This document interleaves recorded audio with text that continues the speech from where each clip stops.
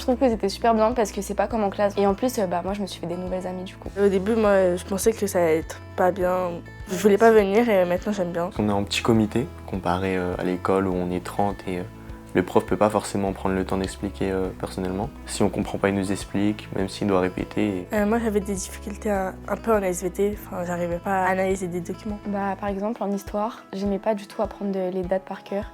Et avec la technique de Kamel, c'est beaucoup plus facile. J'avais des difficultés dans les matières plutôt scientifiques, tout ce qui est maths, physique, chimie. C'était plus pour apprendre par cœur, surtout les formules. Et du coup là, grâce aux cartes mentales, ça m'a permis de mémoriser tout ça. Pour les sciences, on a fait des méthodes d'analyse, donc j'observe que, je sais que, or je sais que, j'en conclus que.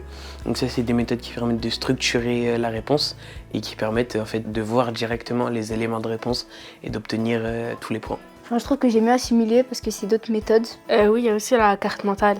Par exemple, au milieu, il y aura le titre ou le thème, et il y aura plusieurs branches. Elles vont résumer le cours en mieux. Je pense que parfois, par exemple en physique-chimie, il y a eu beaucoup d'expériences, d'expérimentations concrètes.